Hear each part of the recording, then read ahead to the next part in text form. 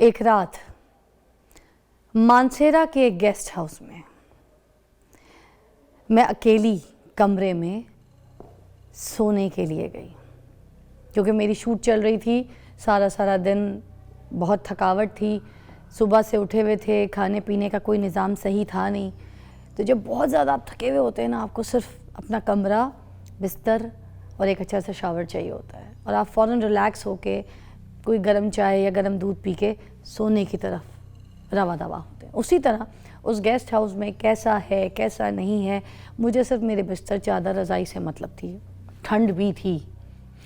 जैसे ही मैं बिस्तर की तरफ गई, मैंने हल्की लाइट डिम की तो मैंने देखा कमरे में अभी भी बहुत सी तेज़ रोशनी है और मैं सो नहीं पाऊँगी।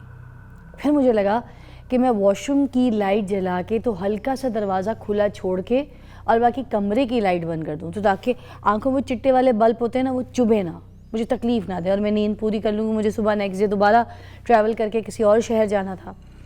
अब जैसे ही मैं बिस्तर पे लेटी और वो वॉशरूम की लाइट ऑन करके हल्का सा दरवाज़ा खोल के मैं अपनी गुनूदगी में जाने लगी, कोई 20-25 मिनट गुजर चुके थे। उसके बाद एकदम से बादल कड़कने की आवाज़ आई, कड़ कड़ कड़ कड़ कड़ कड़ कड़ कड़ कड़ कड़ कड़ कड़ कड़।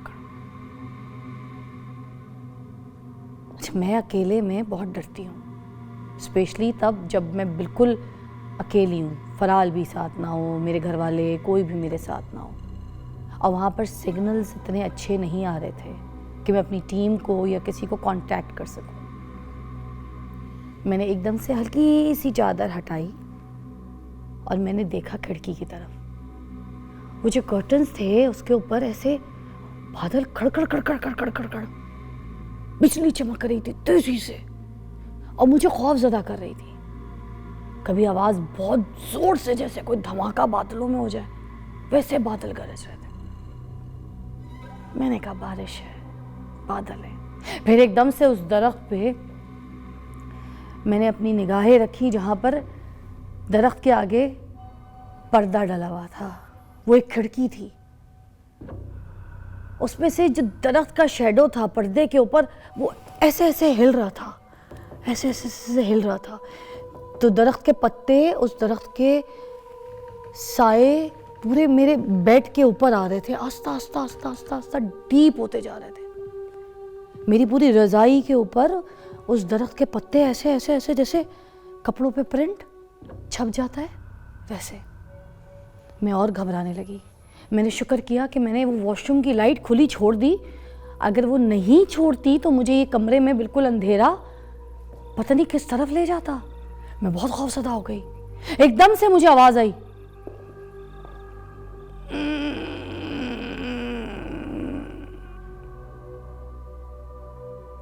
और मैंने देखा कि एक दरवाज़ा खुला है और मैं बहुत डर रही थी, मैं बहुत घबरा रही थी।